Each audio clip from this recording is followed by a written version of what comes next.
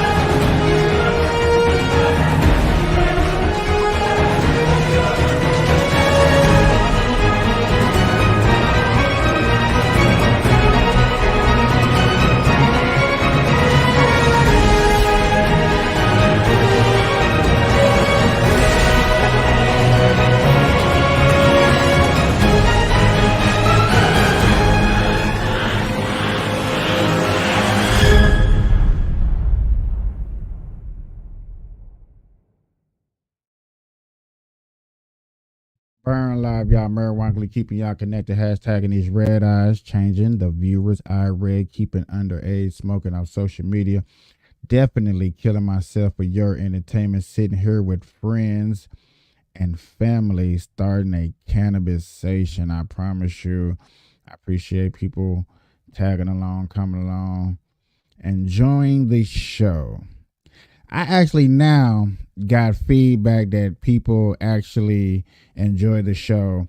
And I appreciate people actually taking the time to say, hey, you know what, I do enjoy the show. You know what I'm saying? It may be a little controversial, but you do put your heart and soul into it, and I appreciate it. For those who see that hard work in me, I do highly appreciate it. Um, I am now on Rumble. I am definitely showing my love and gratitude to Rumble. They have really been making it easy for me to share my content out. A lot of people come in there and come hang out and chill with me. I really appreciate it. I really appreciate it. Ooh, hold on, y'all. I'm just.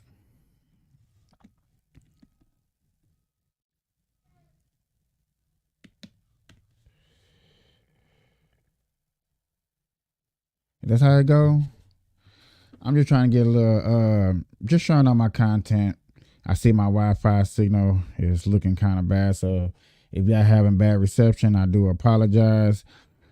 Uh, we do have a convention next door to where people are putting in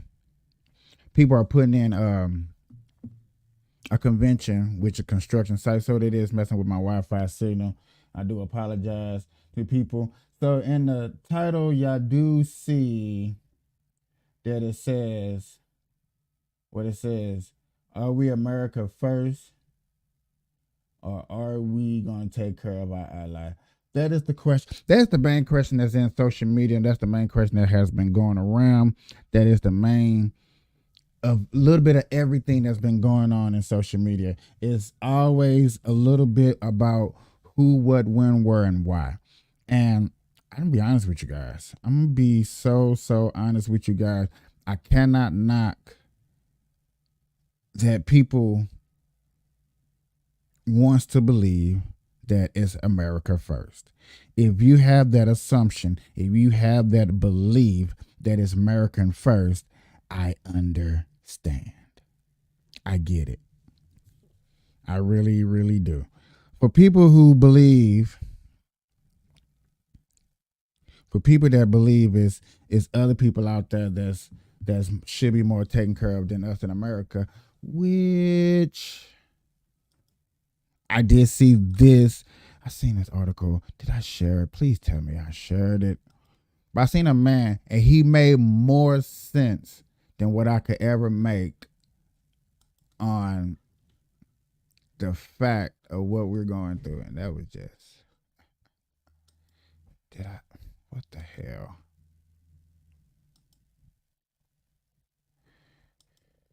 So it seemed like every time I want to share something, bro, and I know I shared it.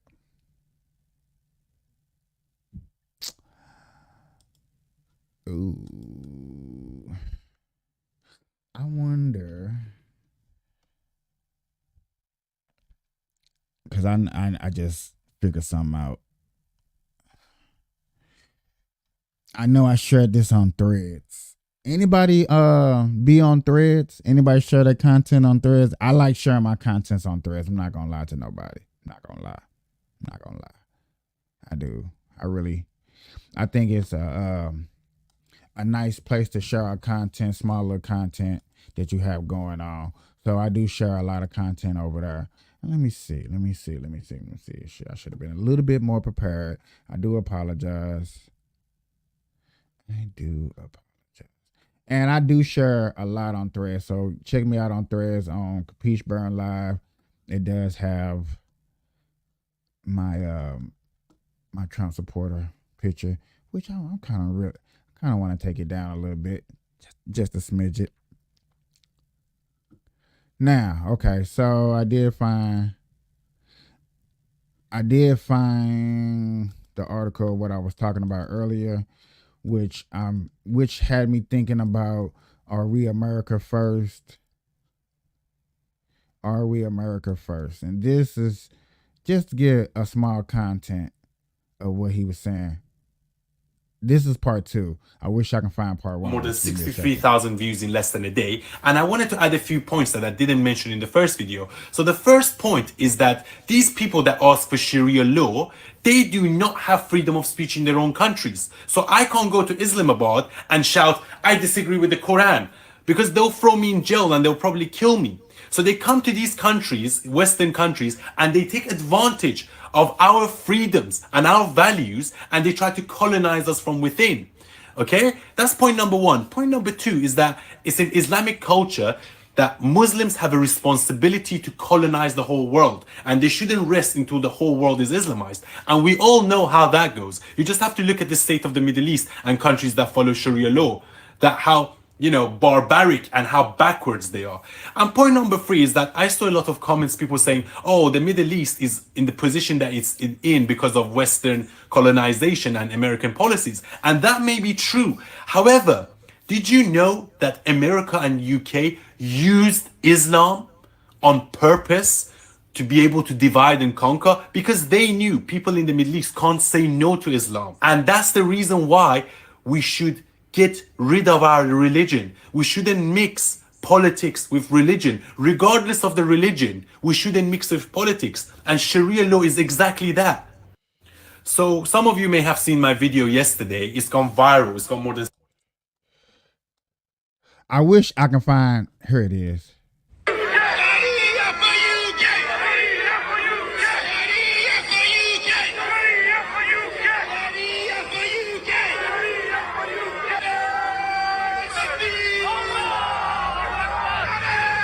So my question to these people is, why did you leave your country to come to the UK if Sharia law is so good? Why did you leave Afghanistan? That is a good question that he is saying. Why are there people out in America protesting, marching in these streets that left their country because their country was bad, but then want to praise and say the freedom of the country, and then want us to go over there to their countries and stuff like that when they left their country because of all the prosperity and the prosperity that was going on? That's a good question. Why did you leave Pakistan? Why did you leave Sudan or wherever you came from for you to come to the UK to shout Sharia for UK? If Sharia law is so good, and you're so dumb, you don't realize the reason why your parents, your grandparents, or yourself left your country is because of Sharia law. Name me one country that employs Sharia law that's an advanced country. And you can't use Dubai or Qatar as a... And see, that's crazy. I don't know about Shian law. And Shian law sounds like Muslim law. And I have no bullshit, y'all. I have seen a lot of discussion about Muslim law versus Christian law. That is one of the toughest debates that is going on out here in the world, in America, period, hands down. Let me see how that look.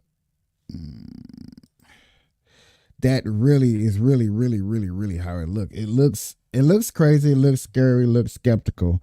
No bullshit. I can't bullshit nobody when you can say that, yes, it does look like that. It does have that potential, but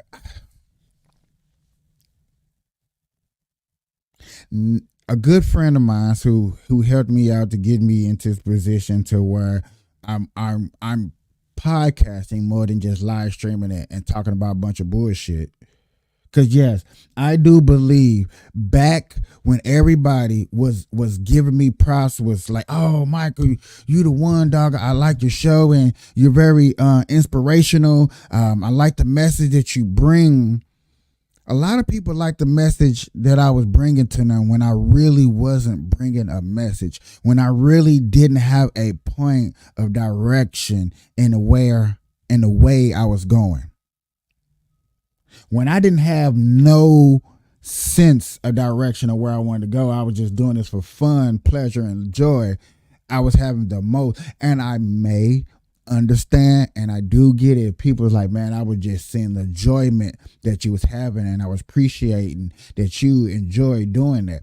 Now that is the reason why you was watching me and you was rocking with me. Okay, cool. I'm with you. I appreciate it.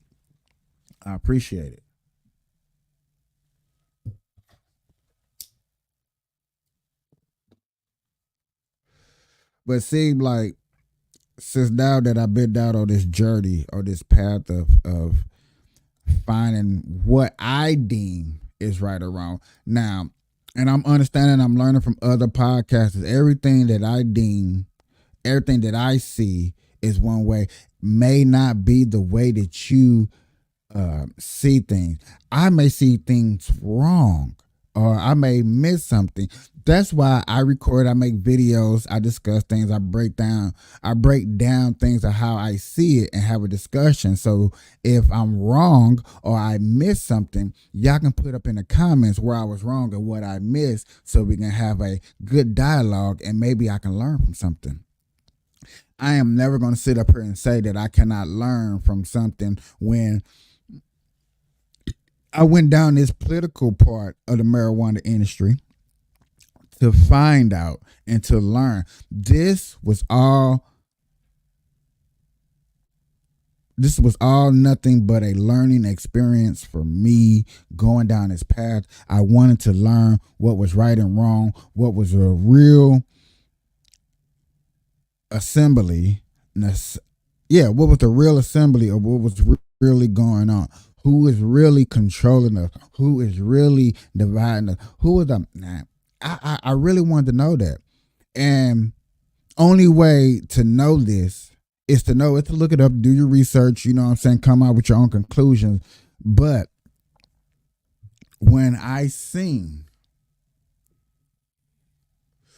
that, I felt that it needs to be a discussion. What I seen, that I felt. Yes, I said that, even though it doesn't sound like them two words need to go together. But I felt that they needed to be broken down. It needed to be discussed. It needed to be a conversation. And when I started documenting everything that I seen, right or wrong, everything that I was seeing from my point of view, I thought was important. And so the more and more I did this, the more and more I believe, the more and more I came to the conclusion that, yes, I believe in America first. I think we should be protecting and working on us.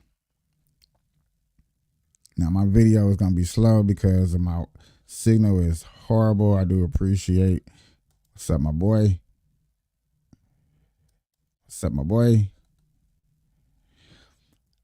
I believe, this is just a belief that I believe that American first, and I believe the asylum seekers that are coming over here are not truly asylum seekers that are really coming over here. And Nick Brown, you are one of the people that can vouch for this, because you watch our good friend, and he just did a video about how we're using the word asylum seekers wrong.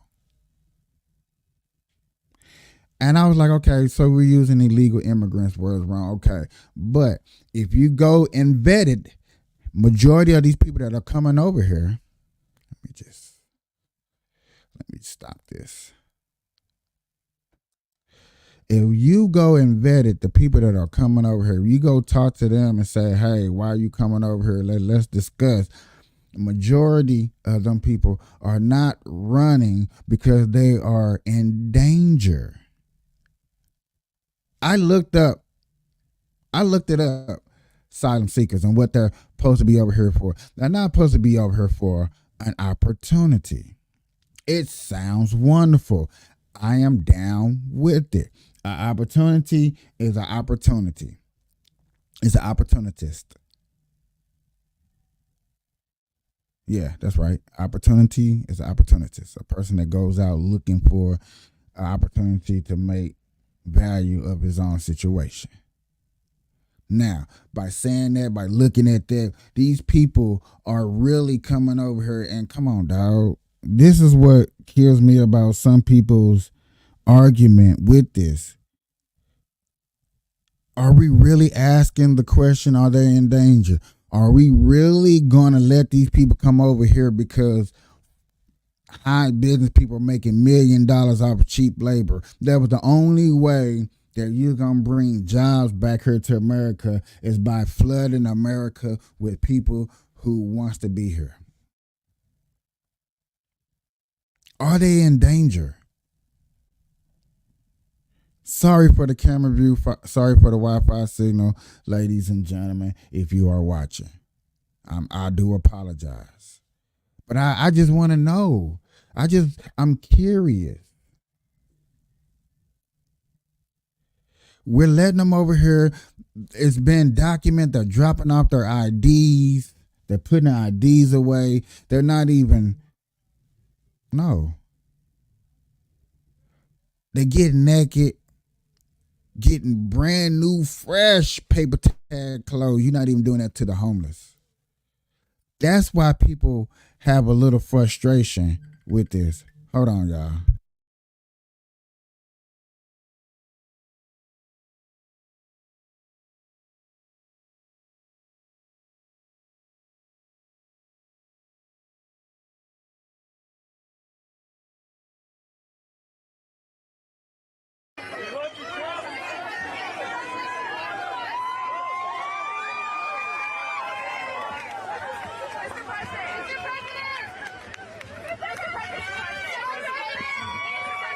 Totally unannounced. Nobody knew we were coming. I hope the press is going to cover it fairly because nobody gets crowds like this. They want to see our country be great again. It's very simple. They want to see our country be great. I've been watching you all morning, and you're almost fair. You've been okay, Alexis. Say it. Now it's fantastic. I'm very confident. I mean, this is it. Look, we just stopped here. We stopped at a polling site. We picked it at random. We may stop at one more. And nobody knew we were coming. This is pretty amazing. Mr. President, she's staying in through Super Tuesday. I don't care. Is she a threat to you? No. And I don't care if she stays in. Let her do whatever she wants. It doesn't matter. I can just say that there's never been a movement like this. Make America great again. In the history of our country, I just stopped here and I figured I'd see 3 or 4 people and maybe walk inside. Recordings just got better. Hey, it's Dana from StreamYard. I'm so excited to announce that. And you see a crowd like this, and this is organic. This is organic. Mr. President, have you spoken personally with Ron DeSantis yet? Yeah, I don't want to comment on that. Would you consider DeSantis a He endorsed me. Would I consider him? Would you ever consider DeSantis? I just can't comment on that. President Trump, what's worse? Wanted it to be a 2-person race, right? I mean, she got that. Do you think it's going to go in her favor at all? I think it hurts her, actually. I think it's going to hurt her. Probably have a big loss today, but who knows? But, you know, in the next state is Nevada, where I have 100%, because they all pulled out when they looked at the poll. So I have 100%, a lot of delegates, big state. And then I go to South Carolina, and I'm beating her by 60 points.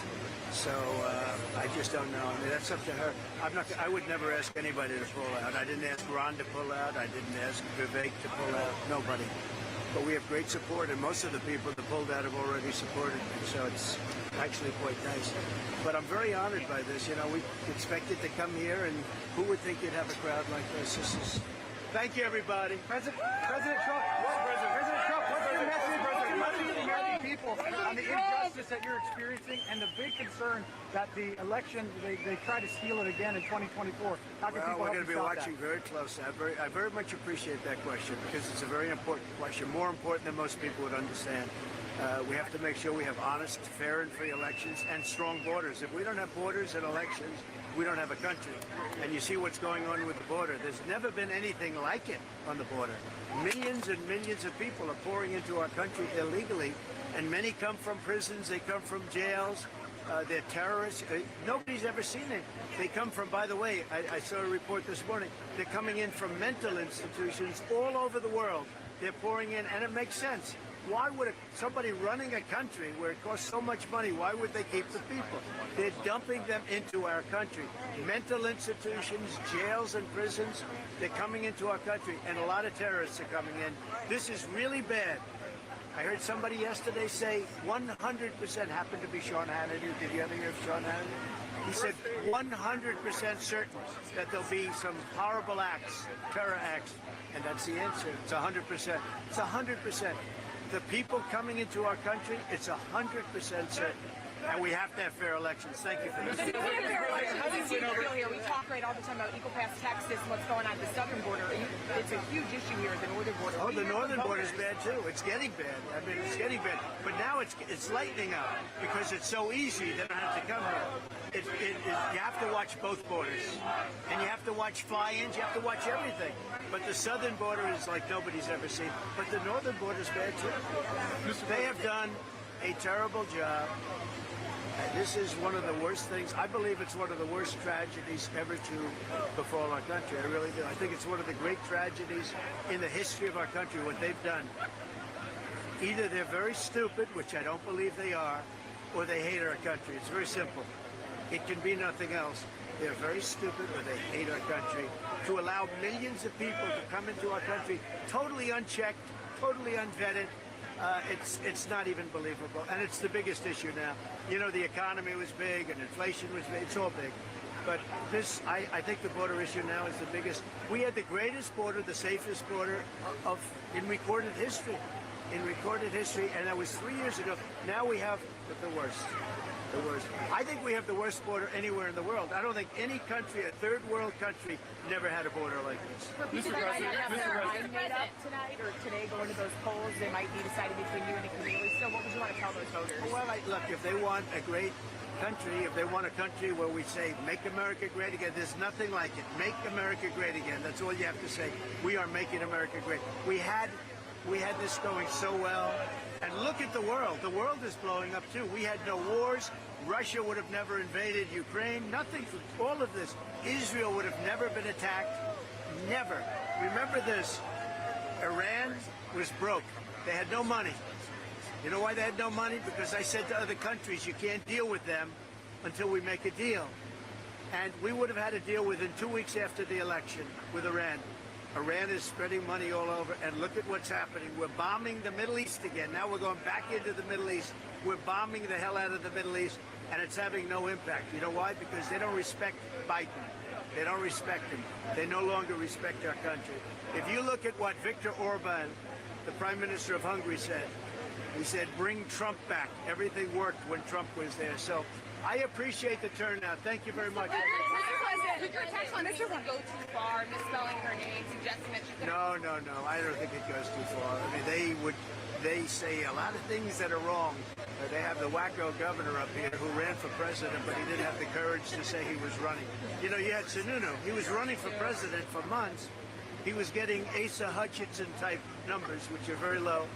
And then he never had the guts to say. So, you know, they just give so much false information, and it's very sad. Mr. President, stuff about you, like you kind of went back and forth right for months about Ron DeSantis. Now you're I did. DeSantis, you kind of, you know, once it's done and they drop out and they get behind you, do you forgive those people, or are you kind of... I try to.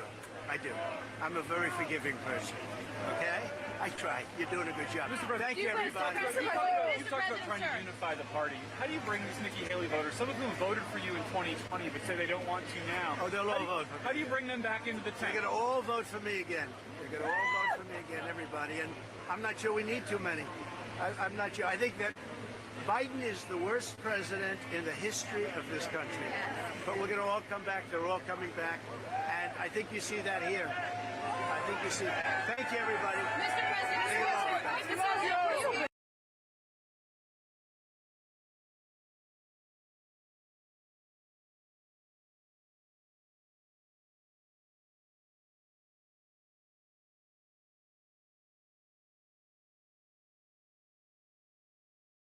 that are standing behind me.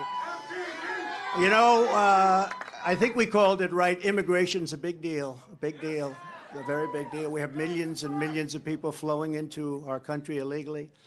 We have no idea who the hell they are. They come from prisons and they come from mental institutions, and it's just killing our country. And I'm talking about millions and millions and millions. They are drug dealers, they're everybody. And they come in just like walking right through. There's nobody to check and there's nobody to vet. And we have a man with us tonight, Tom Homan, who is central casting. He's central casting. And I'd like you to say a few words about the border and who's going to solve that problem and how quick are we going to do it, Tom? Go ahead, please.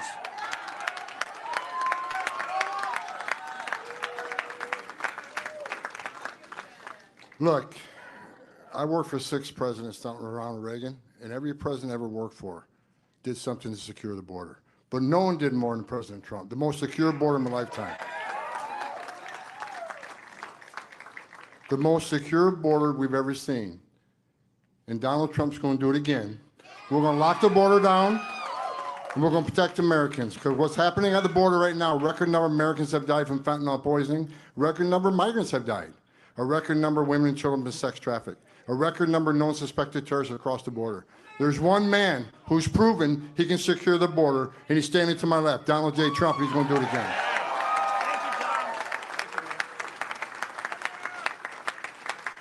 Thank you very much, Don. So this is an evening that I will not forget because it's the 3rd time. But more importantly, I think it's going to be the most important time.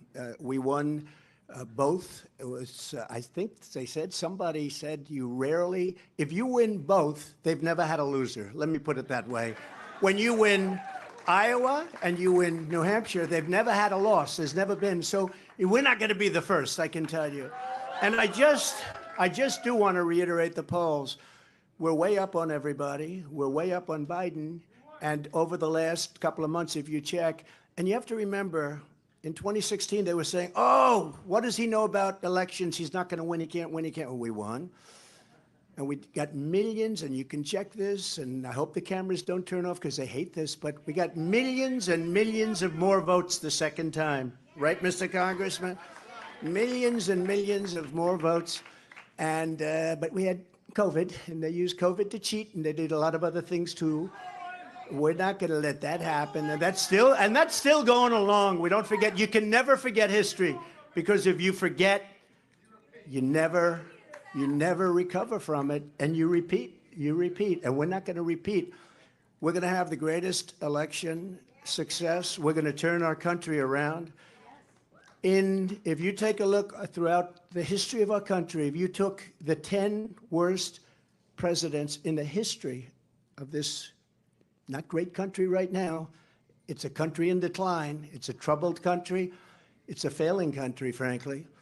But if you took the 10 worst presidents and put them together, the 10 worst, absolutely 10 worst, I used to say 5. Remember I started, I'd say 5.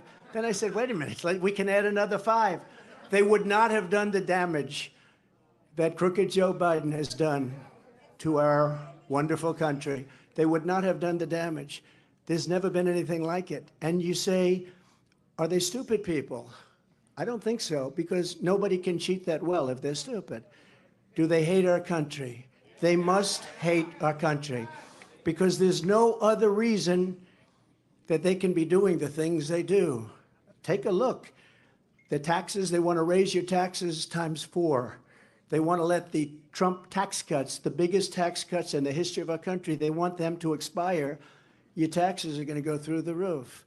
You take a look at regulations. They're throwing regulations. You can't breathe. You can't even breathe with what they're doing. You take a look at our border. So bad. There's never been a border like this in the world. 4 years ago, we had the safest, best border in the United States. I built hundreds of miles of border wall. And they always say, oh, he didn't build hundreds of miles, because if there's a board laying on the ground, they say that's a renovation. They call it a renovation. If there's 2 nails laying from 50 years ago, they say, oh, that was a renovation. These are very dishonest people, and you're always fighting them. And just a little note to Nikki. She's not going to win. She's not going to win. But if she did, she would be under investigation by those people in 15 minutes. And I could tell you 5 reasons why already. Not big reasons. A little stuff that she doesn't want to talk about, but she will be under investigation within minutes. And so would Ron have been, but he decided to get out. He decided to get out. Now, Vivek, I don't think would be at all, because he's perfect, right? And Tim Scott, I know would never. That's no chance. Hey, Tim, do you want to say something? Come on. I want him to say something.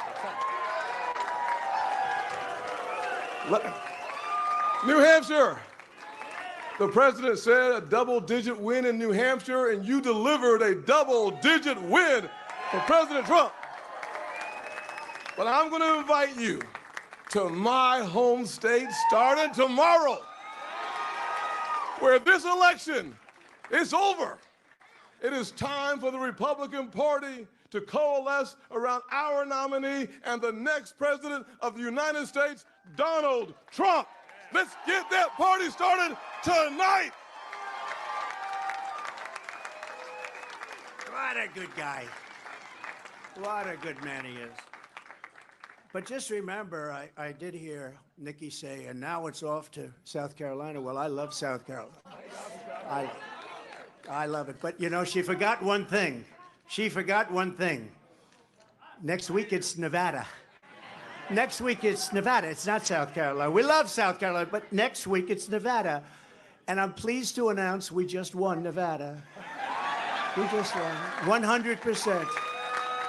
Because all of them, they looked at it and they took polls, and I was polling at 95% to 4 or 5%, and they decided not to play in Nevada. So we just won Nevada. We have a man from Nevada here, Steve Wynn, wherever he may be, and John Paulson, the great John Paulson, made plenty of money in Nevada. Doesn't live there, but he makes a hell of a lot of money. He makes money everywhere he goes, actually. So money machine. Maybe we'll put you, you know what? Put him at Treasury. You want to make a little money? Let's put you. Anyways, good to have you guys. But we go to Nevada, and that's been won, so we pick up all of those delegates. And then we do go to South Carolina, where we've done really well, where I've done well. We have a great governor and lieutenant governor and great everything, because almost every one of them have endorsed me. 2 great senators, which is hard. I mean, did you ever think that she actually appointed you, Tim? And think of it, appointed, and you're the senator of his state, and she endorsed me. You must really hate her. No, it's a shame. It's a shame. Uh-oh. I just love you. No, that's why he's a great politician. That's why he's a great politician. So this is a great evening, and it is, you know, we are going to Nevada for a little while. We're not going to have to do too much. We have a great team there, but it's a team that we can now send someplace else. They did a fantastic job, but and it's a fantastic place, really a fantastic place. But we'll be leaving there very quickly. We'll head out to South Carolina, where I think we're going to win easily. I think we're 50 points up, 5-0. 5-0, 50 points up on a person that was governor. That tells you something. But I felt I should do this because I find in life you can't let people get away with bullshit, okay? You can't. You just can't do that. And when I watched her in the fancy dress that probably wasn't so fancy come up, I said, "What's she doing? We won." And she did the same thing last week, but he was much more angry about it than I was. I said, "Get up there and you let him know. We are going to win this. We have no choice. If we don't win, I think our country is finished. I do. I believe our country is finished. We have an opportunity to do something so amazing. And the good news, and the reason we have such support, the best numbers I've ever had, the reason we have support is because they are so bad at what they're doing and so evil, and they're destroying our country. So I want to thank everybody for being here. I want to thank this group of people. We will never forget you. We will never forget. And I made a pledge. I made a pledge to your state that you have the highest energy costs in the country. In the first year, they're going to be reduced by 50% because we are going to drill, baby, drill. Drill, baby, drill. Inflation's going to come way down, but in the first year, your energy costs are going down by 50%. Thank you very much. We love it. You know, we won New Hampshire 3 times now, 3. We win it every time. We win the primary, we win the generals, we've won it, and it's a very, very special place to me. It's very important. If you remember in 2016, we came here and we needed that win, and we won by 21 points, and it was great. And today, I have to tell you, it was very interesting because I said, wow, what a great victory. But then somebody ran up to the stage all dressed up nicely when it was at 7. But now I just walked up and it's at 14. But she ran up when it was 7. And, you know, we have to do what's good for our party. And she was up and I said, wow, she's doing like a speech like she won. She didn't win, she lost. And, you know, last week we had a little bit of a problem. And if you remember, Ron was very upset because she ran up and she pretended she won Iowa. And I looked around, I said, didn't she come in 3rd? Yeah, she came in 3rd. And then I looked at the polls. She was talking about most winnability, who's going to win. And I had one put up. I don't know if you see it, but I have one put up. We've won almost every single poll in the last 3 months against crooked Joe Biden. Almost every poll. And she doesn't win those polls. And she doesn't win those. This is not your typical victory speech, but let's not have somebody take a victory when she had a very bad night.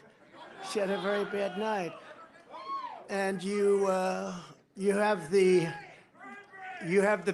now very unpopular governor of this state. This guy, he's got to be on something. I've never seen anybody with energy. He's like hopscotch. And you know, I'm watching this guy, and 2 weeks ago he said, we're going to win in the landslide, we're going to win. About 3 days ago he started saying, well, we want to do well. That's a big difference. But I walked out just now, we're 14 points up, and I don't know what it's going to be. But when she was up here, it was like 6 or 7. And, you know, with like 7% of the vote counted. Now, let me just tell you, we had an unbelievable week last week in Iowa. We set a record. It was the best in the history of the caucus, in the history. And I remember I sort of had the same feeling. I'm up and I'm watching. And I said, she's taking a victory lap. And we beat her so badly. But Ron beat her also. You know, Ron came in 2nd and he left. She came in 3rd and she's still hanging around. The other thing, she only got 25% of the Republican votes. I don't know if you saw that. Tremendous numbers of independents came out because in this state, because you have a governor that doesn't frankly know what the hell he's doing in this state, in the Republican primary, they accept Democrats to vote. In fact, I think they had 4,000 Democrats before October 6th. They already voted. Now, they're only voting because they want to make me look as bad as possible. Because if you remember, we won in 2016. And if you really remember, and if you want to play it straight, we also won in 2020. By more. And we did much better in 2020 than we did in 2016. But as they said, we lost by a whisker, just by a whisker.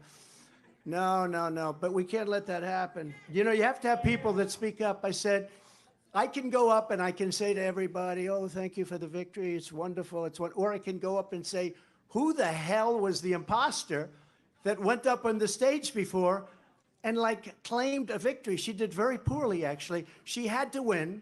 The governor said, she's going to win, she's going to win, she's going to win. Then she failed badly. Now I have here, if he promises to do it in a minute or less, but the only person more angry than, let's say me, but I don't get too angry, I get even. The only person, because he was there, and he did fantastically well, by the way, and then he endorsed me. And we don't have to talk about Tim Scott, who, by the way, just got engaged, we have to tell you. And that's more important than all of this stuff. But a man that got to know her.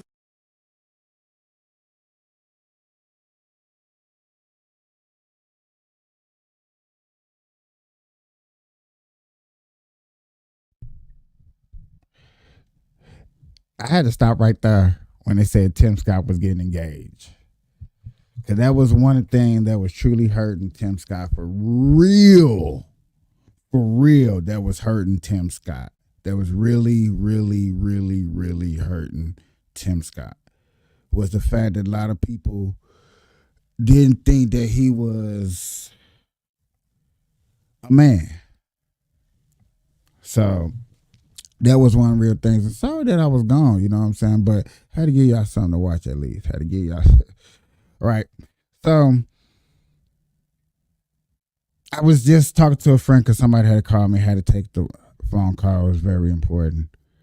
And he was like, man, Trump really finna clean up the border, man. Trump was finna get back in office. And I literally said off the record, but I'm going to say onto the record, I believe that Trump is going to do it, but I have a funny feeling Trump is not going to do it. I have a funny feeling that Trump is not going to keep his word of securing the border like we want. He might do it. He might actually suppress it. He might actually knock it down. You might where it be chilling and running right. But I got a funny feeling that what we feel is secure and how we're talking right now, everybody that's watching, how we're talking right now about how we want the border secured. I have a funny feeling that Trump is not going to do it. It's too many allegations. It's too many so-called things that are being presented out here that tells me otherwise. Now, I have no proof.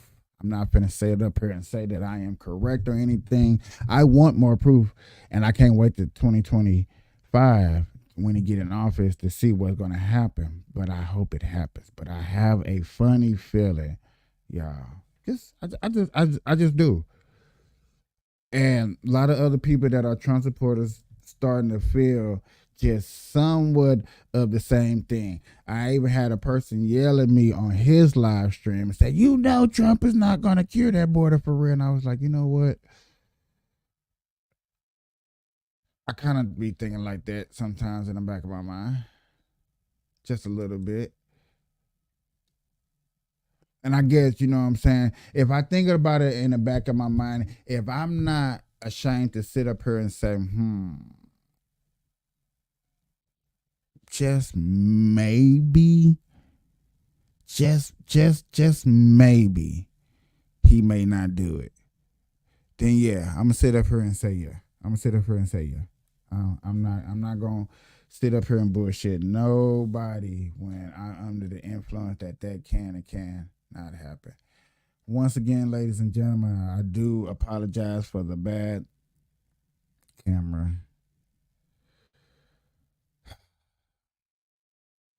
I don't get how some days I have good internet, some days I don't. Like, I'm using the same internet. I understand why, but it is what it is. Like I said, I do apologize.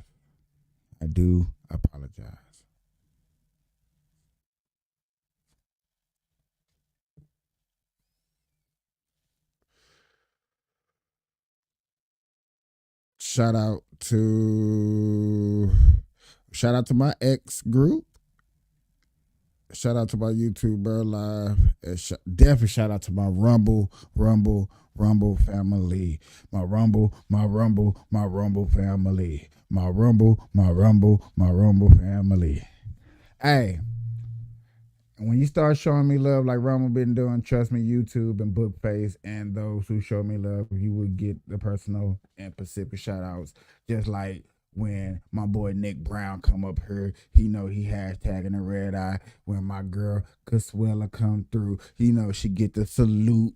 When official come through, when my boy Junkie, you know what I'm saying? I got some people that, you know what I'm saying, that do stop through. I understand people are busy. You know what I'm saying? You cannot always catch the live show.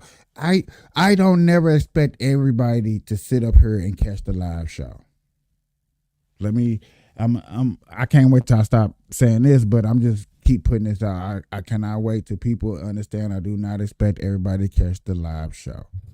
I understand people are busy. I like it when you can come in later on and just like it. But the main thing what these companies are asking me to ask y'all to do is at least hit the like button. Y'all be watching me, y'all rocking with me. I love y'all to death. Please hit the like button. If you can't do nothing else.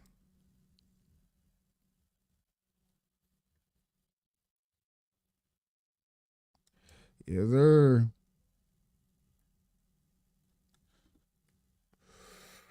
So,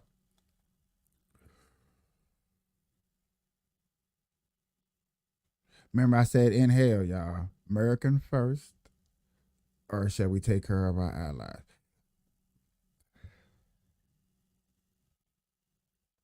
Is it wrong to say, is it offsetting to ask y'all that everybody in America that died for us taking care of our ally is died with honor and victory?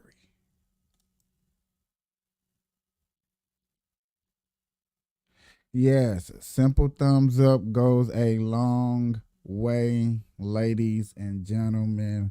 It starts me on my first actual algorithm. I I guess I'm now in the brim to where I can start asking y'all for that, you know what I'm saying, help me out, to help YouTube, help Rumble, help Bookface and them out do their thing. You know what I'm saying? Going this route that I'm going from here on out, I felt like I had to go back from when I first started just live streaming, not asking for nothing, for real. I just want to put on an entertainment, and then I wanted to see my eyeball slowly grow, fastly grow, whatever grow. And I do understand that there is a method, there is a way, there is, algorithm that I can put more highly exclusive things in my content. Pick out specific videos to go over and discuss with y'all on an every day-to-day basics. And when we grow to that point to where we can sit up here and talk about specific groups and things that are going on every day, when we grow to that status, yes. Right now, I think it's more about just we need to see as much as possible, take in as much as possible, and then you can dissect it for what you see it for. I know everybody follow who you follow. You got a channel that you follow, and so therefore everybody had their somewhat of an aspect. And I listen to a lot of channels and a lot of people just like y'all do. But there is always a way or an angle that somebody didn't see, somebody may not have presented to y'all. And that's why I think all of us channels are out here for, to have this discussion, to present situations at angles that you may not have seen. I want to cover a little bit of everything.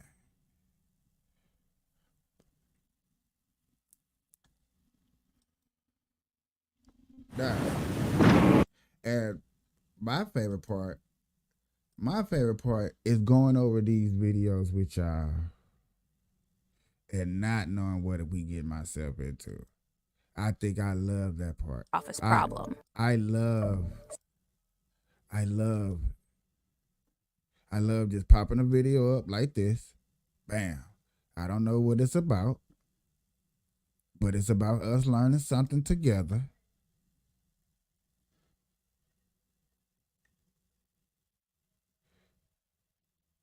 You know what I'm saying? We're going to go over a little bit of this problem. Hey, doesn't this anybody okay, everybody watched damn near Endgame from the Marvels, so stop playing with me.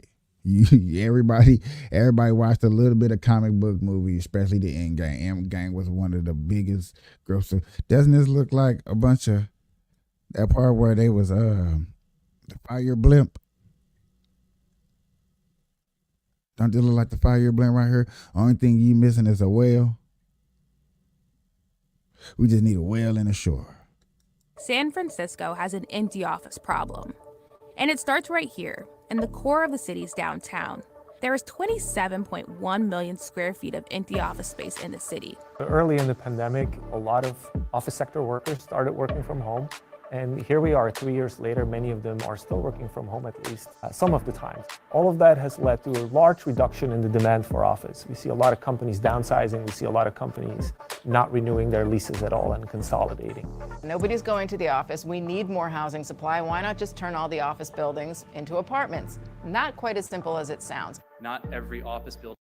Hey, and that does sound like a good idea, but this is gonna get into, yet again, taxpayers' money. I'm into the taxes, y'all. I love discussing things when it comes to taxes. And yet again, when you have a crisis like this discuss taxes. This goes into taxes. And I guarantee that they're going to talk about a lot of state problems, but I bet you they're going to be looking for a lot of federal funds. And when somebody say federal funds, the first keyword that come in your brain, it should be out of my pocket. Federal funds out of my pocket. Federal funds out of my pocket. Federal funds out of my pocket. Building makes for a great conversion. Not every conversion should be done. Not every building should be converted.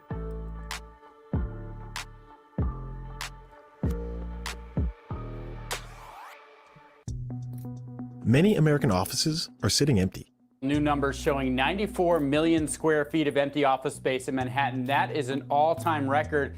Huge investors like Blackstone and Brookfield are staring down defaults in their office portfolios. Meanwhile, finding an affordable apartment can feel impossible, which has a lot of mayors talking. We have a great opportunity to change the mix of uses in the downtown. Make it easier to convert unused office space to housing. So the thing about office to apartment conversions is it sounds like a great idea. Nobody's going to the office. We need more housing supply. Why not just turn all the office buildings into apartments? Not quite as simple as it sounds. Not every office building makes for a great conversion. Not every conversion should be. Yes, I'm with everybody that's watching this. I can agree with everybody that's watching it. They sound like they just repeated themselves. Okay, we get it. We get it. Let's see the numbers. Done. Not every building should be converted. In some cities, the laws are making conversions difficult. It was about 3% of the New York stock that we saw as being convertible. And that took into account differential of price between offices and apartments, which has not actually diverged as much as people may think. But in places that have a lot of older office buildings, there's a lot of conversion activity happening. Some big cities are looking at incentives for developers who convert buildings into housing. Nobody does things in the real estate world out of the goodness of their heart. We have to find ways to either require or incentivize these things to happen. What's stopping cities from converting more offices into apartments? And what challenges do developers face when taking on these massive endeavors?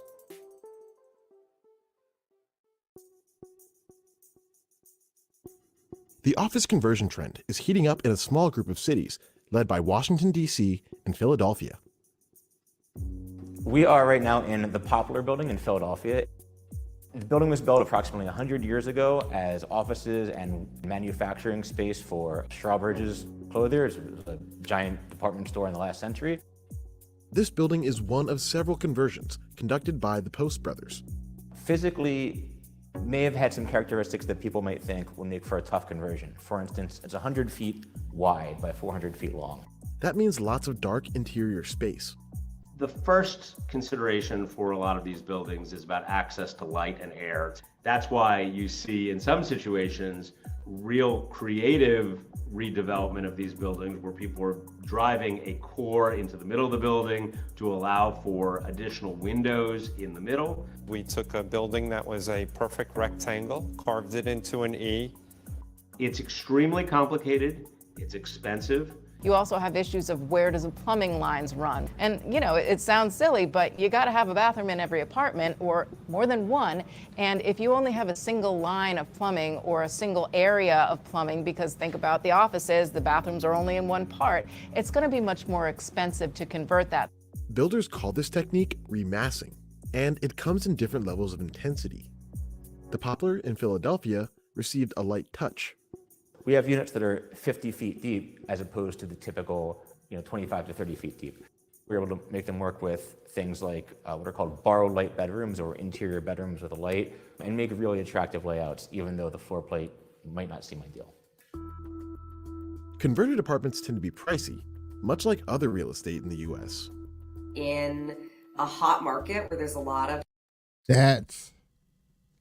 we finna get into the real problem. Thank you. I had to let this keep going. I'm sorry it had to go so long, but you know what I'm saying? I had to learn to take my time to get into the juicy parts. You know what I'm saying? Remember, y'all, I don't come prepared like this. I rather come more into a new video. We look over it and see a problem, like, okay, this is a problem. And then y'all can look around y'all neighborhoods, smoke on some weed, and be like, is this going on in my neighborhood? Yes. demand for housing and a lot of growth, such as Denver or San Francisco, that conversions could potentially address maybe 10% of the housing need. That still leaves the other 90%. And so there's clearly like a need to think bigger about how we're going to build more housing. Back in Philadelphia, the typical household makes enough to afford about $1,300 in rent a month. At the Poplar, single bedrooms can rent for $2,000 a month. Then there are projects like the Atlantic, where units can rent for $3,000 to $6,000 a month. It was a 1920s Beaux-Arts office building. We finished the conversion in 2019. There, for instance, we made a lot of structural modifications. As an office building, it had old mechanical systems that took up basically the entire roof area. When we're making those major structural modifications, it's to You know that cough. Look at that. Look at it. You up there chilling, exercising with a view like that.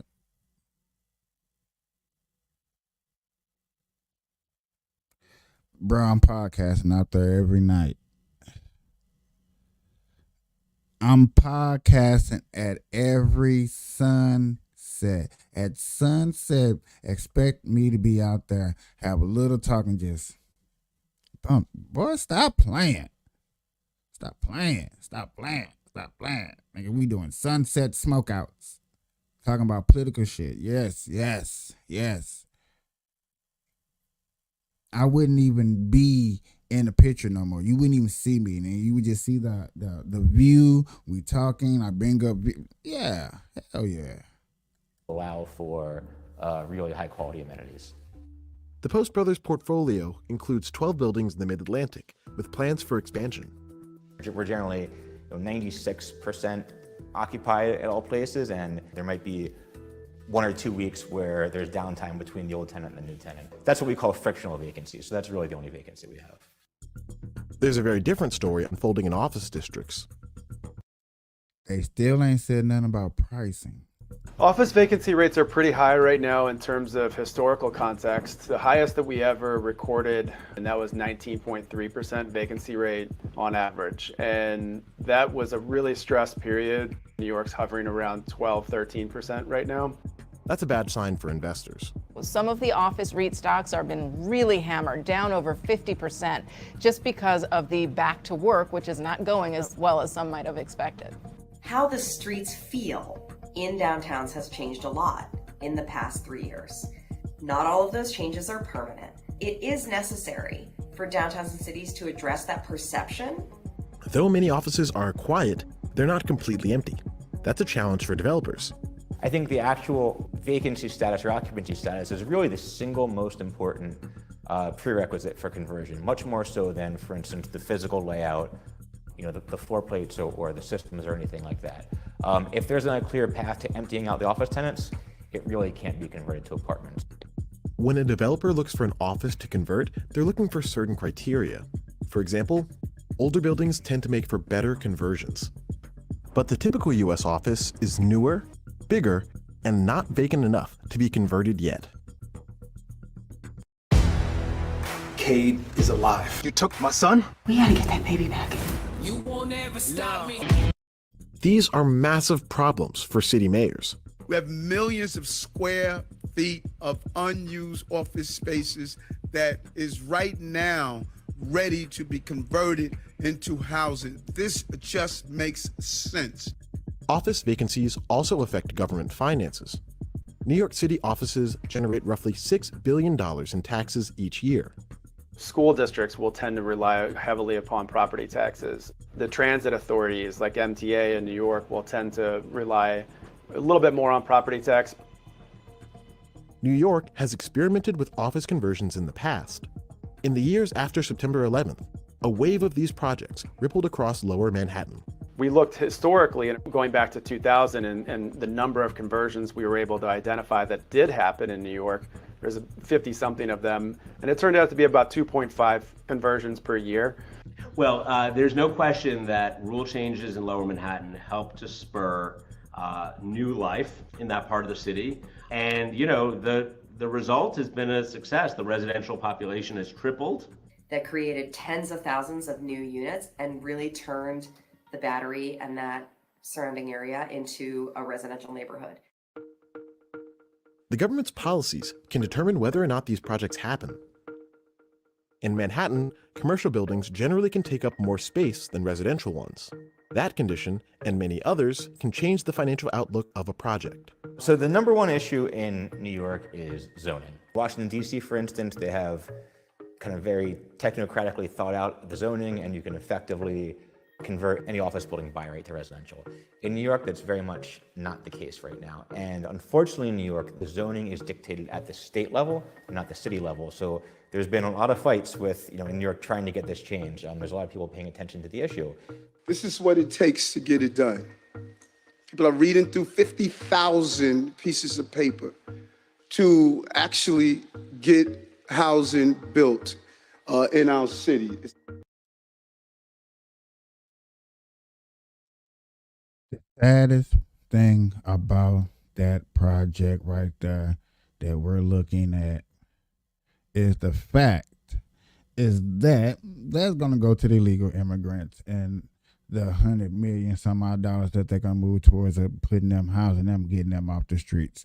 You got to get people off the streets because you don't want humans to look like rats and dogs and cats. Like that just looks bad. That looks shitty. That looks horrible. That looks crazy. So this project, because look at the places that are really fighting and pushing that they're actually talking about: San Francisco and New York. Asylum seek places that are having problems housing immigrants. Since a lot of people don't want us to say illegal immigrants, I'm going to try my best to stop saying illegal immigrants and just say immigrants, or try to say asylum seekers. I need to go in the mirror and practice asylum seekers, asylum seekers, asylum seekers, asylum seekers. Hey, is there that even sound like a good ass movie, Asylum Seekers? I guess it couldn't be rated R though. Woo! Heck nah, that movie could not be rated R. That'd be like, oh man, he's dead. They're keeping it too real. They're keeping it too real. But you know what's crazy with that problem? And then there's jobs. Jobs are leaving. Like businesses are packing up, leaving certain places. And then, with that happening, you got robots taking jobs. I've been having this other discussion with my other people. I need to start another page once I get this page up and running and party. But I do have a sponsor. I do have a sponsor, and what they sponsor is toys for adults, and need to start putting their thing in the description and stuff like that. Y'all should go check out that page and stuff. I do need to think about how to do that and more infiltrating that, because I do got a sponsor. Yay. But look, y'all, they got robots that's finna come shop for us. I know somebody's finna start picking up the news and doing this and hitting us with the This autonomous robot is verifying price signs and looking for out-of-stock items. These cameras on the side are capturing images of the shelves that are then uploaded to our cloud environment to determine what products are out of stock, what's mispriced, what's in the wrong position. Inventory is one of the biggest challenges retailers. That's a manager.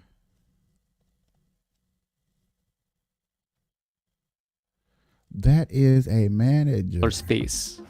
Missed sales from empty shelves and out-of-stock items cost U.S. retailers $82 billion in 2021, or about.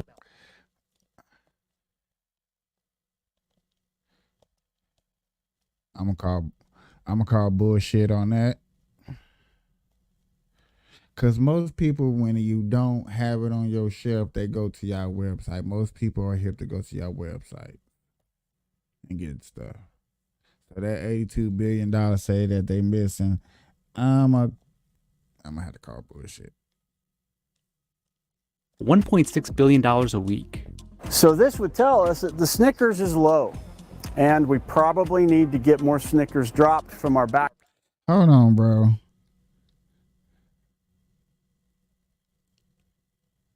Not whip game proper. The Snickers is low, and we probably need to get more Snickers dropped from our back stock and brought out to the floor.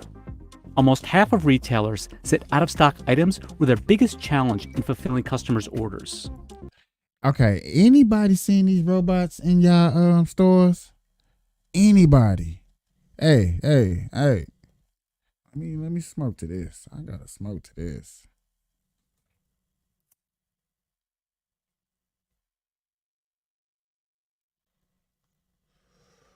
Anybody seeing these manager replacements?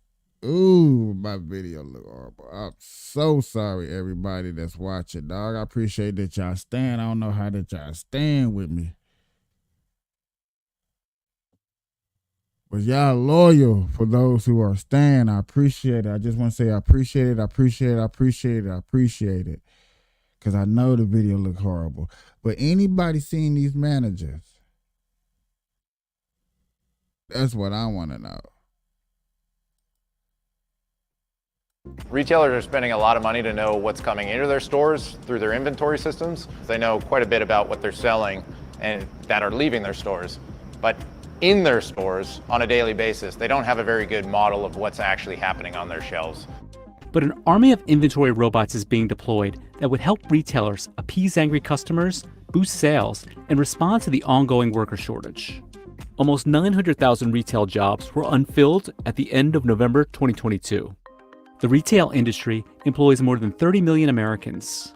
Retailers are competing in a very tight labor market still, and they're often having trouble filling jobs that are more physically intensive, like packing a box or refilling a shelf. So instead, they're using robots in some cases or automation to fill those types of tasks and having people do skills that use their brain, that use some of the skills that a robot would have a harder time replicating. These robots are really going to help brick and mortar to evolve and capture sort of the new market where you can order online, pick up in store. The inventory robot market is a $34 million industry. Other companies in the space include Simbi Robotics and Bossa Nova Robotics. So what impact will inventory robots have on U.S. retailers and the livelihood of its workers? Boy, stop playing. Stop playing. Stop playing. If you just did not see your damn manager come across my damn screen and they're explaining to you that your manager is on its way. That's what they just told me in that video. Your manager is on its way. Lock in what you can lock in, get where you can get. Your manager is on its way because it's easier for this to do that. It can do that 24 hours a day, 365. And then when you get your 8 hours, it's going to get your overtime. Boy, there go your manager and there go your overtime. Damn. Now, if you're the one that's out there watching this, you're like, hey, man, can't nobody take mine because I'm a physic. Can't nobody take mine because I'm doing this. Can't nobody take mine because I'm doing that. Good. Good for you. Look, sometimes I just want to run a... You know what's crazy, y'all? You know what's crazy? We just seen your manager at the grocery store and how they're going to take Walmart, even though Walmart's leaving certain states and stuff like that, right?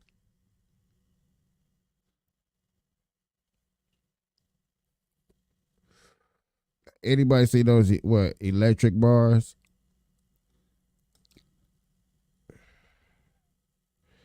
Electric bars?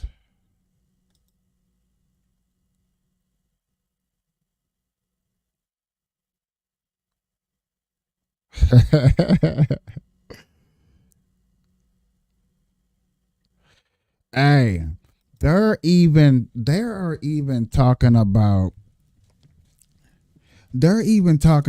y'all.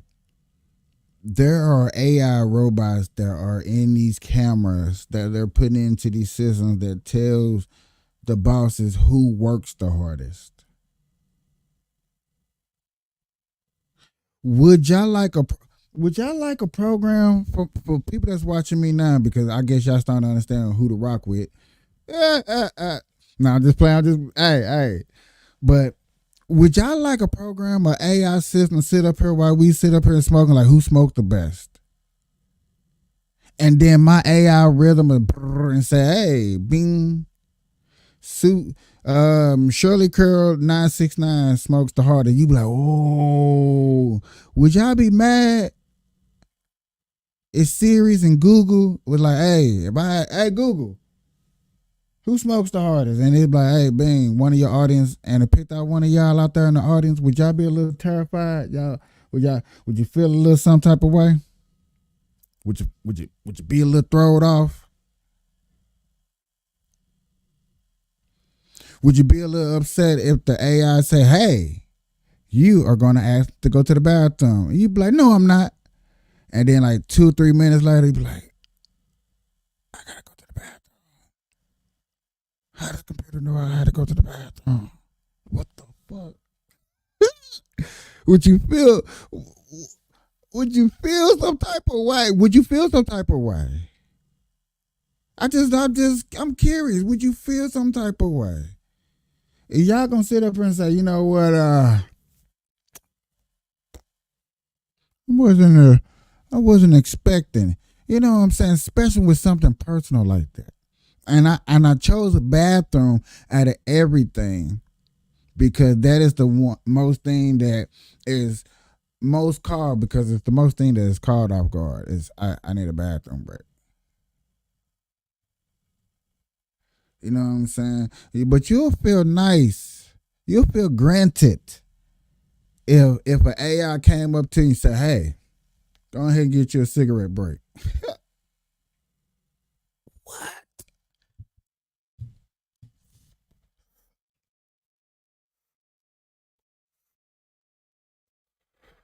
This motherfucker just said me on a smoke break. That's what I'm talking about. That's what we need to be up in here.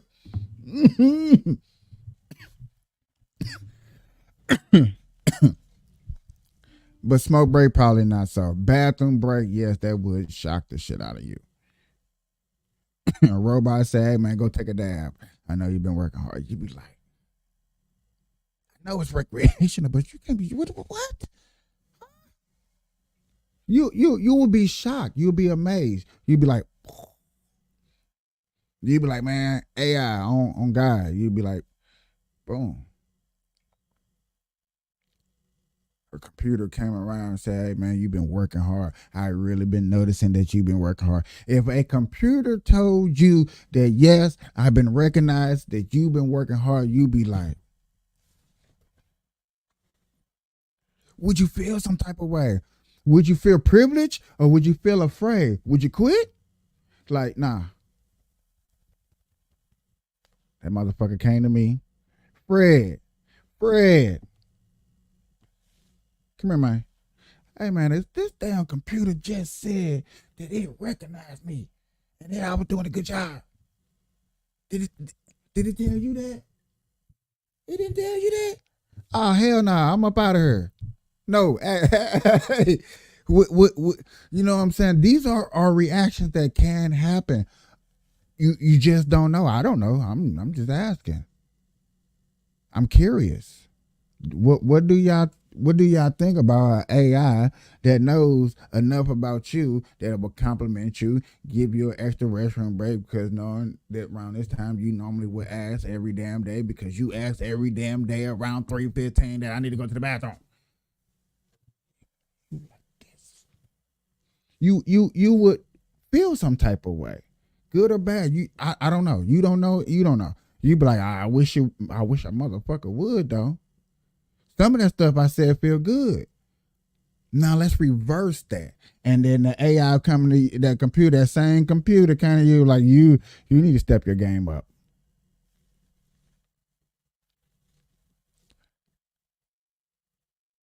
You're cooking that wrong. You didn't clean that right. You didn't file that correctly. You were late today. You was late for the last week. Now, that same computer coming to you like that, as you just heard it come to some Fred or whoever that was that just gave a compliment. Now it just came to you incorrectly. Now how you feel? See, I'm just saying, like it's you see how you gotta you gotta. I don't know. It and in the back of your mind, I guarantee, like let's put all bullshit to the side. All of y'all are saying in the back of your minds, I wish that motherfucker would. You saying it. You gonna pack that motherfucking cigarette like I'm gonna take a cigarette break? When I want to. It's a computer. Cause man over computer, man over machine, man over insect, the human nature of things. Some of y'all can be like, you know what? It got me. You won this battle. You won this battle. You can have this one. On God, you can have this one on me. I'm gonna let you rock this one. I'm gonna let you rock this one. You won that one. AI. But check this one out. Hey, y'all, check this one out. Check this one out, yo. White Castle, this is Brittany. How may I help you? This robot named Flippy runs the fry station at a White Castle outside. Named Flippy. It's named Flippy. It's named Flippy, y'all. Hold on. Out of Chicago.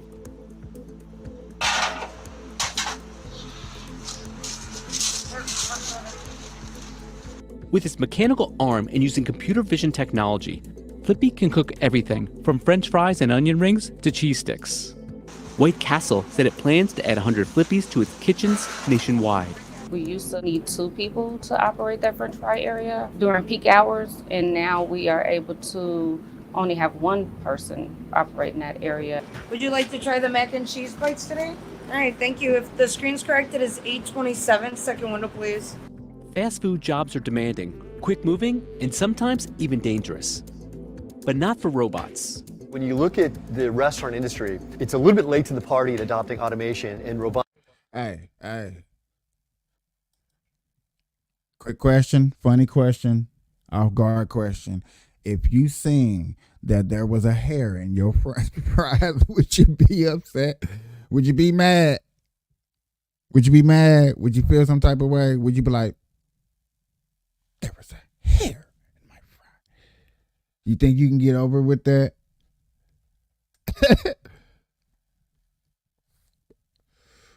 Hey, Flippy finna take over businesses, dog.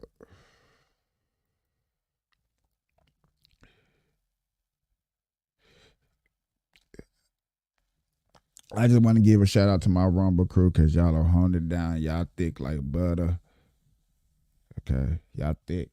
I appreciate all of y'all holding it down with this bad internet that I'm having. But they bruh.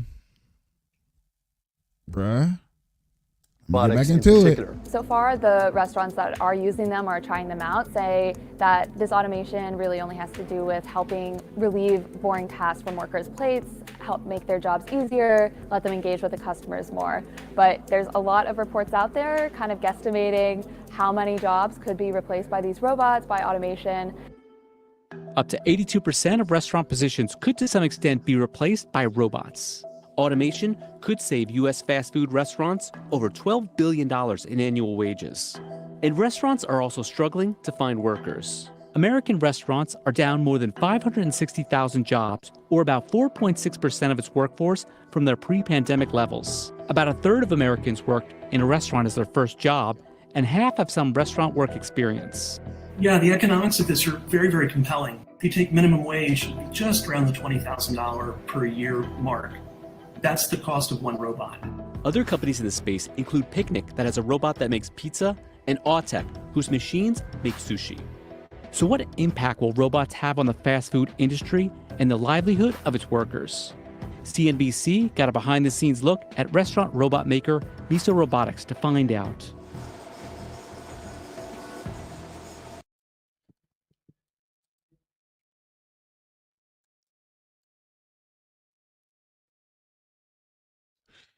Bro, if we don't look.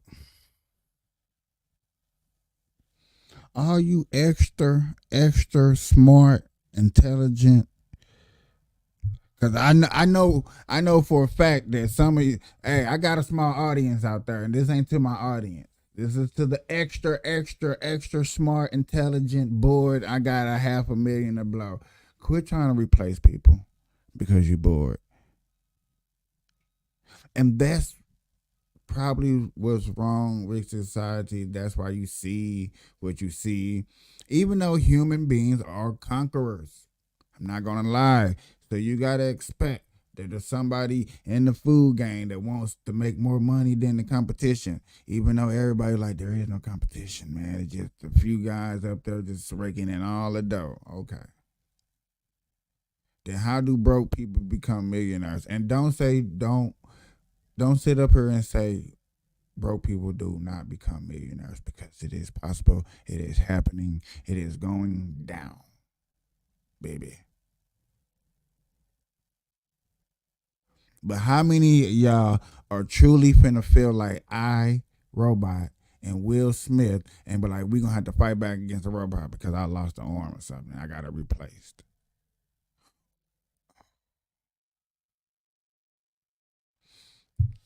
I'm gonna have to go live later on to do another show. Y'all, if y'all like this show, y'all appreciate this show, man, please subscribe. I will be going live later on tonight to make up for this sloppiness show today. I do apologize.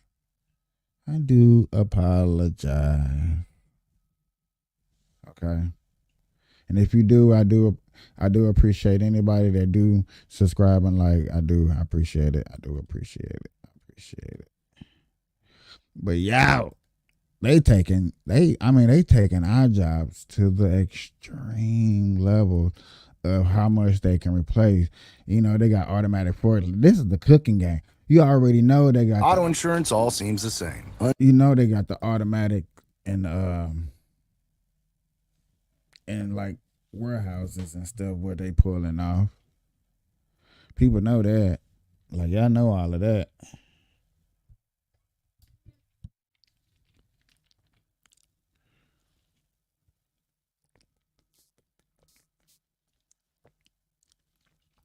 My thing is, well, no, it is. I can't even say my thing is it going to hit every industry? Because the answer is yes. Computer has touched every industry that's out there, some shape, form. Yeah.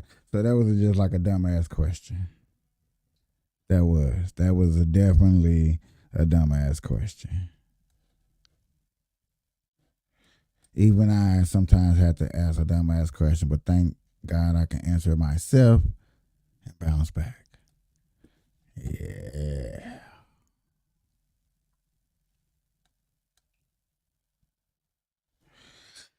Man, yet again, y'all, we got to look at what's really going on. We looking at these problems that are really happening. And we just like, man, who was gonna say, ooh, let me get hype, because I see some niggas on the mic. Let me get hype. I see some niggas on the mic. Let me get hype. I see some niggas on the mic. Bam! Hold on. Let me get hype.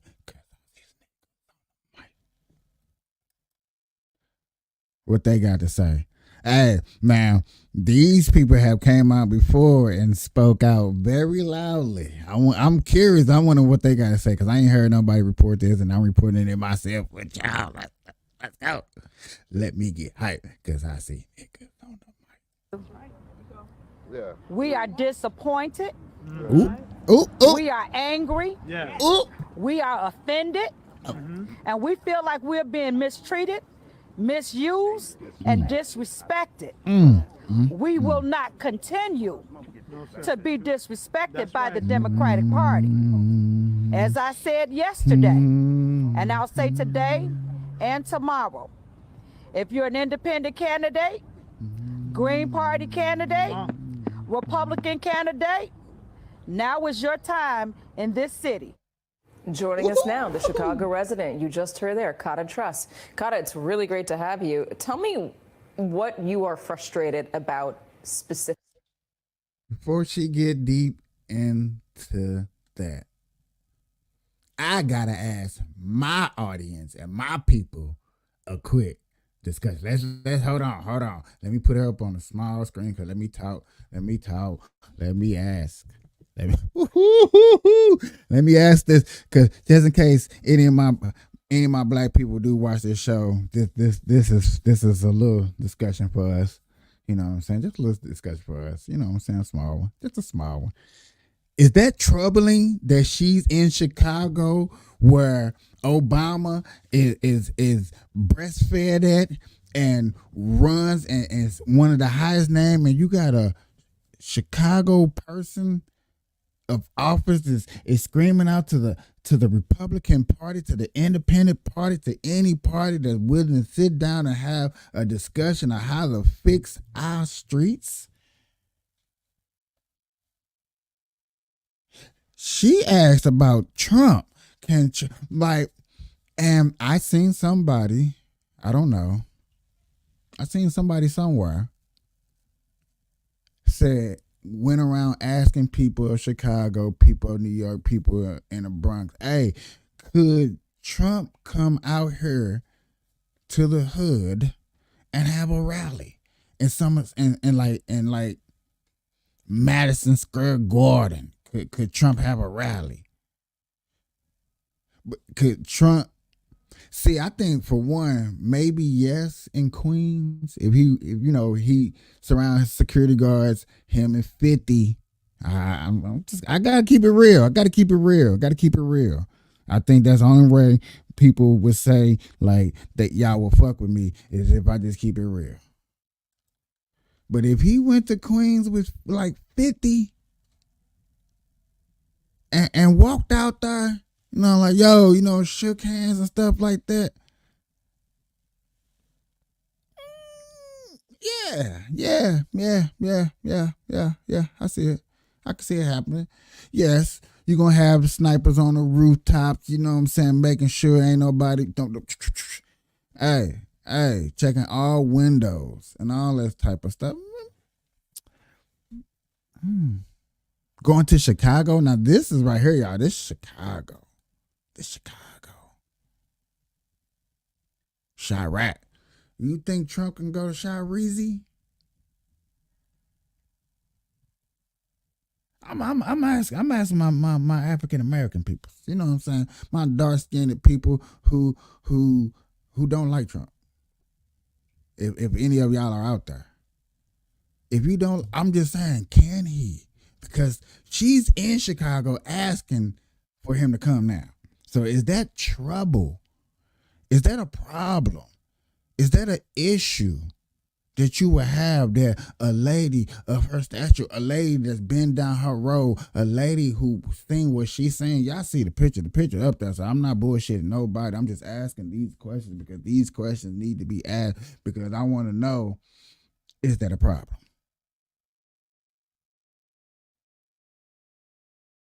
Stuff like this, what I seen from my black community, be's a problem. Hardcore, straight up problem. Quit bullshitting with me. Flat out. But asking anybody, basically, I'm asking anybody that want to help me clean up my streets, come holler at me, come talk to me. Let's get back into it. Brown Breezy, what you got for me?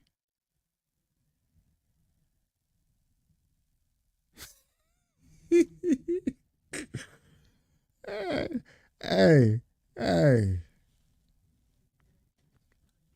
That's another good question. All these questions should be asked. But ain't nobody gonna answer, but maybe. I just want to hear her side. Well, one of the things that I'm frustrated about is the fact that the Biden administration is not handling the migrant crisis in a way that it is good for them or the cities that the migrants are being sent to. I certainly don't want to demonize the migrants because not a lot of what is happening is their fault. I think that our mayor, our governor, as well as President Biden, has to step in and make some changes to what is happening right now. Right now, it seems as if our borders are just open and that people are freely coming in and that there are no laws that are being followed in terms of immigration. And so what is happening here in Chicago is that we are seeing our city spend up to $48 million a month to house and take care of migrants. Now, when you talk about the Black communities here in the city of Chicago, and you talk about the years of disinvestment in our communities, in our schools, and all around us, and you see this amount of money being spent to people who have come from outside of this country, that is a problem for us. And I think that one of the reasons. Now, somebody was saying like, oh man, we using it wrong, we saying it wrong, and only thing they looking for is this. But when you look at y'all see tents. Stop playing. You see snow and tents in the streets. So is everybody who's not see, look, now I can't say it. Asylum seeker state, should we be bearing this on us? Should this be coming out of your y'all want to pay for this? Because this is where I would have to say something and be a tad bit greedy and upsetting. Because if you're willing to pay for them and house them, then yes, I need to start charging for my shows. I should be charging. Everybody that's watching should be paying something. If you're willing to help them, help me. You know what I'm saying? Help me keep this going, to keep this, you know what I'm saying, type deal. And that's how a lot of people are looking at it. Like, if you're going willing to help them and they came over here, they lost everything that they gave up. And oh my God, there are countless of people down there just recording the horrifics of trash that they're leaving behind. Like, who's going to clean that mess up? All the dirty clothes and stuff that they leave in the gutters, in the waters for animals and our migration to handle and to deal with.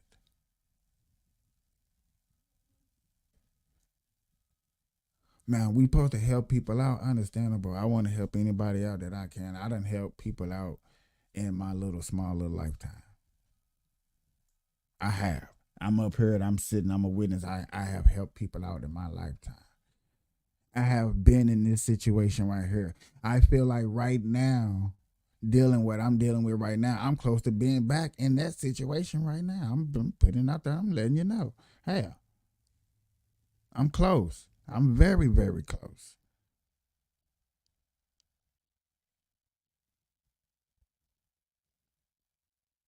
So if I go out there and I got to deal with that, and then I go live and I'm like, hey, y'all, I'm out here. I told y'all that I was very close to losing my place. I lost my place, but I'm still going live. I'm still trying to can you help me out? Would anybody help me out? Would anybody donate? Will my little thing be like, oh man, let's give it to him, cause he's out there.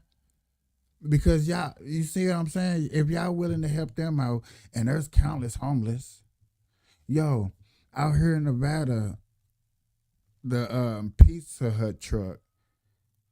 I don't know where they get these pizza, how they do it, but I have actually seen a Pizza Hut truck stop and give a lot of people countless of pizzas, like big old pizzas to the homeless, big things of pizzas to the homeless. And I was like, wow, okay.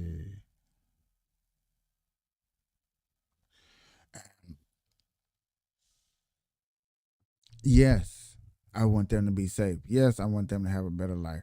But no, I don't want them over here getting into my taxpayer money. That's where it becomes a problem for me. I don't want you in my taxpayer money. If you're going to come over here and they're going to do all of this, they're going to help you out. My bad. And they're going to help you out. You're gonna do whatever process, and it's not gonna come out of the taxpayers' money. The federal government, which Joe Biden is so far doing, and I appreciate that he's doing, but yet again, he's asking for money. He's allowing the border. You done heard what I have heard Kamala Harris talk about how instead of closing the border, she want a better administration to give them a green card and say, hey, y'all good to go. That don't sound safe to me. Involved in this is because when you talk about coming into the Austin community, a community that has already been blighted and disinvested in, and talking about one of the major crown jewels of the community, you're talking about taking it away from the community to house migrants at a time where we're seeing increased crime because our children don't have things to do, they don't have jobs, and we're seeing this money being spent, and it's being spent on other people in communities that could really benefit for that money. Here in Chicago, I was sitting in a meeting with the Board of Education, and they talked about a $391 million shortfall that they're going to have this upcoming year. And when you look at the money that has been spent on the migrants, you know, we have a problem with that. And I heard someone say earlier that here in Chicago, we're talking about turning away from the Democratic Party. I have already turned. I will be voting Republican this time around. And I don't think that that's just the sentiment of Kata Trust. I think that's the sentiment of a lot of people around the entire United States. And basically, you know, for a person like me that's been preaching and talking, I go out here every day. No, I don't document it. Maybe I should. I wish I could. You know what I'm saying? But I'm in Las Vegas. A lot of people that I've run into don't like to be on camera. But I go out here and ask every day. I talk to a black, African, lovely, beautiful person about who you're going to vote for and why. And I did it today before I came home. I stopped at a 7-Eleven. I asked the young man, are you voting? He said, all of them are trash. I said, all of them are trash? Even though we had 4 years good with Trump? He said, Trump running? He was shocked. He like, Trump running? I'm like, yeah, Trump running, bro. Trump running. I said, and there's a young guy, Vivi Ramaswamy. He's like, I don't know who that is. I said, see, we need to get entwined. That's money.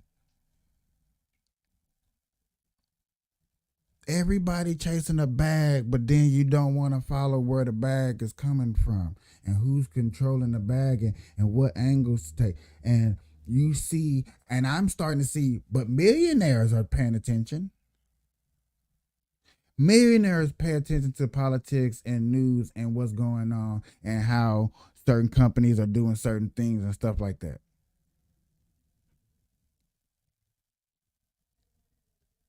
I even seen a dude came to me. Hold on, let me make me just a little bit bigger. Let me make me just a little bit bigger. So y'all see that I'm trying to express something to y'all. I watched another dude stream, and he been motivating me to like understand like why are we paying attention to the politics? Why do we follow this rabbit hole? Because it's not a rabbit hole. Like people have described, this is a black woman. I'm sorry. This is a black woman that's really up here fighting for your freedom, fighting for your rights. I have a lot of people out here that will argue with me, say there's nobody in government. There's nobody in government that's fighting for my freedom. But this lady up here, it definitely sounds like she's fighting for your freedom. But you would say what? What would somebody tell me and say to argue that she's not fighting for the freedom? She's not fighting for my freedom. She's not fighting for my right. She's not trying to fight to clean up the streets. She's trying to fight so you can grow weed in your home. For my pothead, because I think my potheads be thinking like, nigga, you be talking all that politics, you be forgetting about the potheads. No, nigga, I'm talking about to the potheads. This is for the potheads. That's why you see weed everywhere. This is for the potheads that think that we cannot openly talk about these things to the world. Thank you to Nate and Nick Brown for showing me that I can do this on Rumble, and there is people that was actually listen. There are potheads that actually smoke. They're like, you know what? He right, or he wrong. He stupid. However it is, however you think. I just appreciate that there's a platform for potheads that I can be out here and express my feelings without getting canceled, without getting monitored and saying that I'm saying something or I did something wrong. Shout out to Rumble. Shout out to, I'm just keeping it real. I'm just keeping it real. Right now, you see a person upset. That's why I said, let me get hype when a nigga's on the mic. Because what I've been hearing lately on these mics when I heard people talk has been, and oh yes, I want to see down here what Al Sharpton had to say after this. Let me get into this. Years, the Democratic Party has taken our vote for granted, and they feel that they can continue to ignore us, not support us, not give us the things that we need in our communities, and we're going to continue to vote for them. We are not our grandparents. We're different. And when we see that you don't have our best interests at heart, we're going to go elsewhere. I'm going elsewhere. Kata, that's a big statement. If President Biden were listening right now, or the White House was listening, what would you tell them to try to get your vote back? I don't know that they can get my vote back. I think that one of the biggest problems. Show up. Come knocking on my door. Do not send the you cannot, when a person goes on something like this and speak out, and you know there's a chance, because I'm saying there's a chance. And I am a Trump supporter. Okay. But there is a chance that Biden can get that. If Biden and them showed up to this lady's office, had a sit down and talk 30 minutes, what you want? What you need?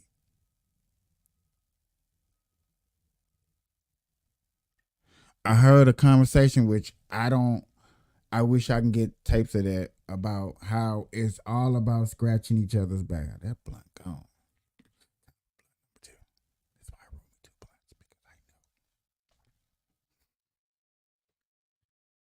Okay, let me calm down. With this whole situation is, when this started, I called my congressman, I called my step representative, I called my state senator, I called our Cook County commissioner, and I tried to sit down to meet with them. I even called our mayor, and I wanted to sit down and talk to them to find out if there was just something that I was missing, if there was some information that I needed in order to make me sit comfortably with what was happening. And nobody had time to sit down with me. Nobody had time to meet with me to discuss this issue. And so, as important as this issue has become to the Black community, and the fact that our mayor, who I know, whom I supported, whom I donated money to his campaign, has not bothered to pick up the phone and to call me and to talk to Disrespectful son of a monkey in a tree. I supported you. I campaigned for you. I donated money to your silly self, and you can't even pick up a call. You hear me going on national television. You hear me pulling out press conferences, and you can't sit up here and talk to me. So she went up there to the big dogs. Let me go to a Black news station where it's publicly, where the world can see. How many people watch this video? Can it tell me? Ooh, see, this on drop 28 minutes. Already 1,000 some people already look at it. I probably never see that many people. So that's a different story. But anyway, I hope y'all get to laugh at some of this that I say to y'all. I hope some of y'all get to laugh at me. I know for a fact one person definitely laughed at me. I know for a fact one person definitely laughs at me. Guaranteed they laugh at me. And that's okay. I appreciate it, because they show me love and I show them love too. To me about what's happening is a slap in the face for me. And so, no, I cannot support people who will not support me and my community. Kata Trust, Kata, thank you very much for joining us. Again, as I said at the top, a flashing red light for Democrats come this November. Kata, thank you. You're welcome.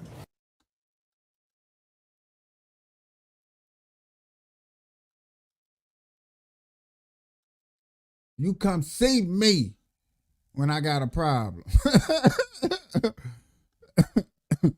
Okay? You come see me. We got problems up here. We got issues. I need you. Okay? That's what I need.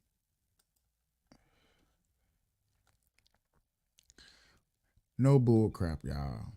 I'm only going through this news part right here.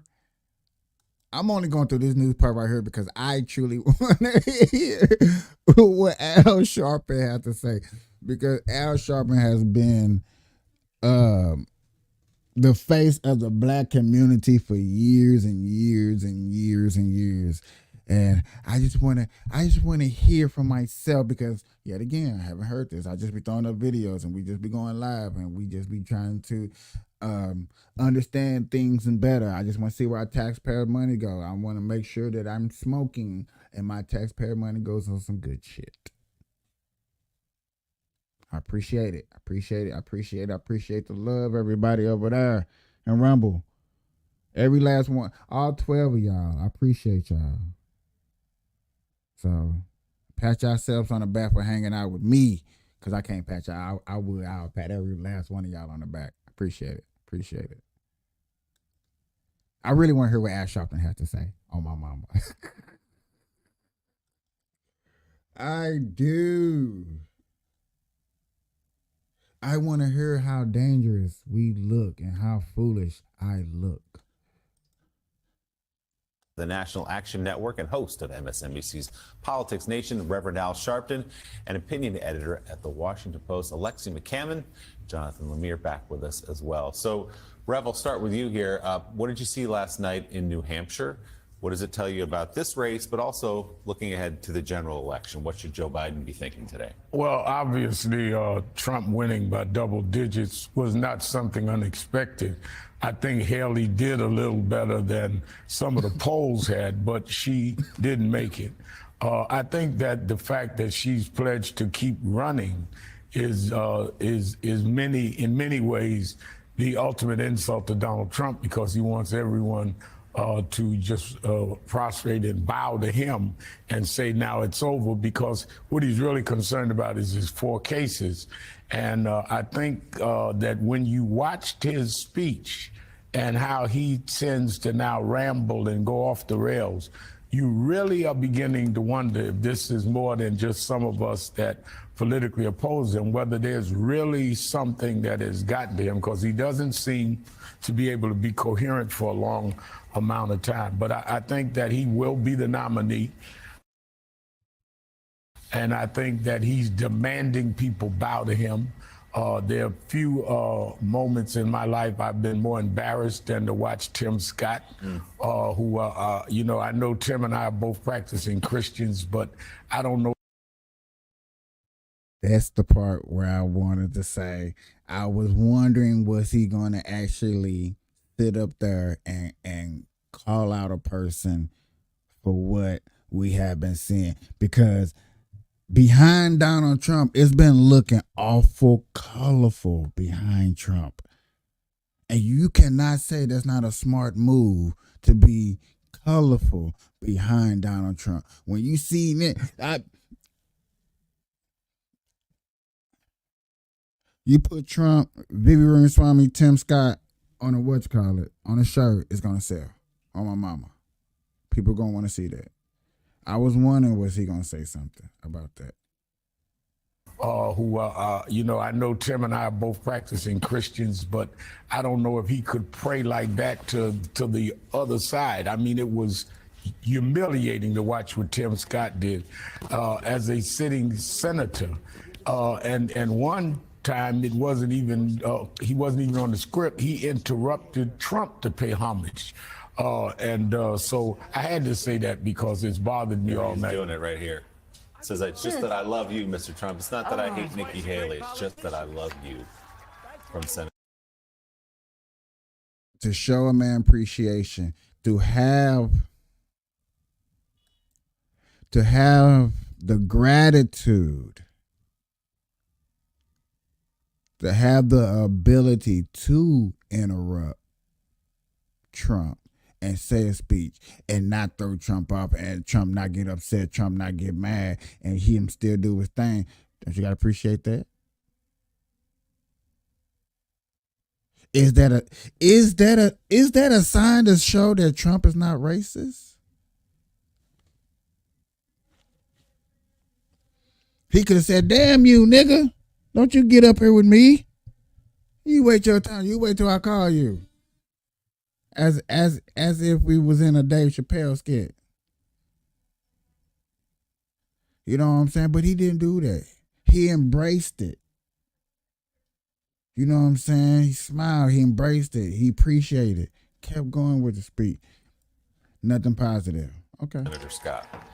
It's not a good day in my life to watch Tim do that. I mean, to think that we fought to see people like him, black, becomes high elected in the South, and to do that, he has a right to be a Republican, he has a right to do Donald Trump, but to do it in such a way that is so humiliating was troubling. Let's put it that way. I'm trying to be as nice as I can.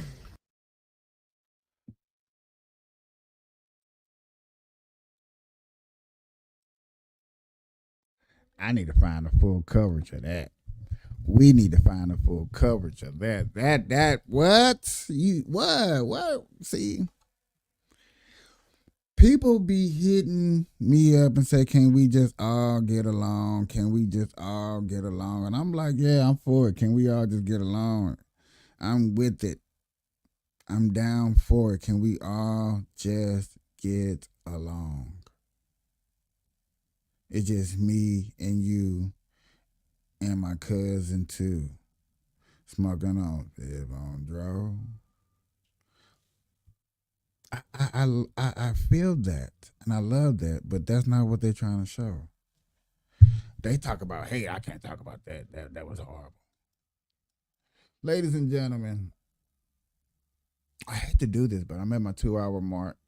I only like to go live for 2 hours. Maybe tonight I go live a little bit longer, especially if y'all stay that thick how y'all is over there on Rumble. Hey, man, y'all need to go. Hey, everybody else on Facebook, YouTube, y'all might have to go hang out with the Rumble crew, baby, because they think they're a motherfucker, baby. I like that. You know what I'm saying? I like that community. We need to. Hey, Rumble, I love y'all. I love y'all to death. Appreciate everybody coming through, though. I understand everybody's not everywhere. I appreciate the YouTube people. I appreciate my Facebook people. I appreciate anybody that want to sit down and smoke and have a cannabisation. That's what this is all about, is having a cannabisation and looking at the things that are in front of us. I highly appreciate everybody tuning in. Y'all have a good rest of your day, evening, morning, night. Until next time, peace.